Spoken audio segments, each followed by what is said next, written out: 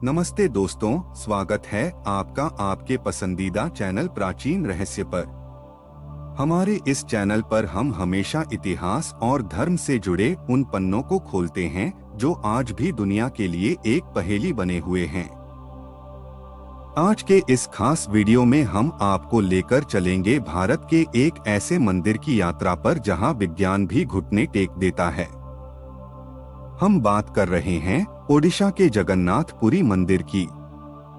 यह मंदिर सिर्फ आस्था का केंद्र नहीं है, बल्कि यहाँ ऐसी ऐसी घटनाएं घटती हैं जिन्हें आज का विज्ञान भी नहीं समझा पाया है।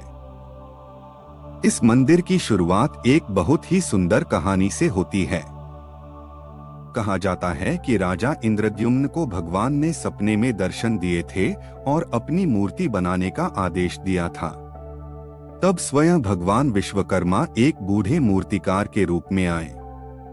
उन्होंने शर्त रखी कि वे 21 दिन तक बंद कमरे में मूर्ति बनाएंगे और कोई भी दरवाजा नहीं खुलेगा। लेकिन 15 दिन बाद जब कमरे से कोई आवाज नहीं आई तो राजा की रानी ने घबराकर दरवाजा खुलवा दिया। अंदर मूर्तियां तो थीं, लेकिन उनके हाथ और पैर अधूरे थे। तभी आकाशवाणी हुई कि भगवान इसी रूप में धरती पर पूजे जाना चाहते हैं। तब से भगवान जगन्नाथ, उनके बड़े भाई बलभद्र और बहन सुभद्रा की ये लकड़ी की मूर्तियां यहाँ विराजमान हैं। अब बात करते हैं यहाँ के उन रहस्यों की जो दिमाग घुमा देते हैं। आप दुनिया के किसी भी मंदिर या इमारत को देख लीजिए, सबकी परछाई जमीन पर गिरती है। लेकिन जगन्नाथ पुरी मंदिर के मुख्य गुंबद की परछाई दिन के किसी भी समय जमीन पर दिखाई नहीं देती। यह कैसे संभव है, कोई नहीं जानता। मंदिर के ऊपर एक बहुत भारी सुदर्शन चक्र लगा है, जिसे नील चक्र कहते हैं। इस चक्र की खासियत यह है कि आप पुरी शहर में कहीं भी खड़े होकर इसे देखें, आपको ऐसा लगेगा कि इसका मुख आपकी तरफ ही है। और इस चक्र के ऊपर जो झंडा लगा है वह हमेशा हवा की उल्टी दिशा में लहराता है। अगर हवा पूर्व से पश्चिम चल रही है तो झंडा पश्चिम से पूर्व की ओर लहराएगा। इस झंडे को रोज एक पुजारी 45 मंजिल की ऊंचाई पर चढ़कर बदलता है। कहते हैं अगर एक दिन भी झंडा नहीं बदला गया तो मंदिर 18 सालों के लिए बंद हो जाएगा। एक और अजीब बात यह है कि इस मंदिर के ऊपर से कभी कोई पक्षी नहीं उड़ता। आपने देखा होगा कि हर मंदिर के गुंबद पर पक्षी बैठते हैं, लेकिन यहाँ आज तक किसी ने कोई पक्षी उड़ते हुए नहीं देखा। यहाँ तक कि मंदिर के ऊपर से हवाई जहाज या हेलीकॉप्टर निकालने की भी मनाही है। अब बात करते हैं मंदिर की मशहूर रसोई की। यहाँ भगवान का प्रसाद मिट्टी के साथ बर्तनों में बनाया जाता है। इन बर्तनों को एक के ऊपर एक रखा जाता है और लकड़ी की आग पर खाना पकता है। सबसे हैरान करने वाली बात यह है कि जो बर्तन सबसे ऊपर होता है उसका खाना सबसे पहले पकता है, और जो सबसे नीचे आग के पास होता है उसका खाना सबसे बाद में।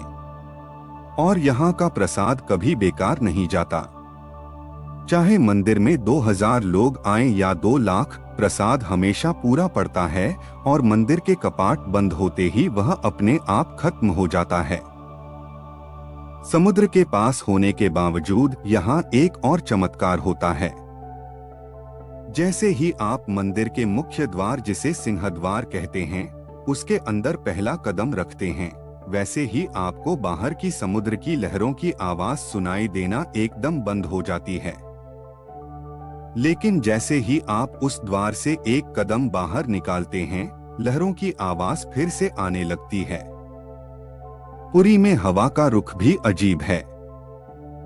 आमतौर पर समुद्र के किनारे दिन में हवा समुद्र से जमीन की तरफ आती है, लेकिन यहाँ हवा जमीन से समुद्र की तरफ जाती है। हर 12 साल में जब भगवान की मूर्तियां बदली जाती हैं, जिसे नवकलेवर कहते हैं, तब पूरे शहर की बिजली काट दी जाती है। मंदिर के अंदर सिर्फ एक पुजारी को जाने की अनुमति होती है। वह पुरानी मूर्ति में से ब्रह्मा पदार्थ निकालकर नई मूर्ति में डालता है। कहते हैं यह ब्रह्मा पदार्थ आज भी धड़कता है। यह सारी बातें साबित करती हैं कि जगन्नाथपुरी में आज भी कोई दैवीय शक्ति मौजूद है। दोस्तों, उम्मीद है कि प्राचीन रहस्य की यह खास पेशकश आपको पसंद आई होगी। अगर आप भी भगवान जगन्नाथ के भक्त हैं तो कमेंट में जय जगन्नाथ जरूर लिखें। ऐसे ही और भी रहस्यमयी और पौराणिक वीडियो देखने के लिए हमारे चैनल प्राचीन रहस्य को सब्सक्राइब करें और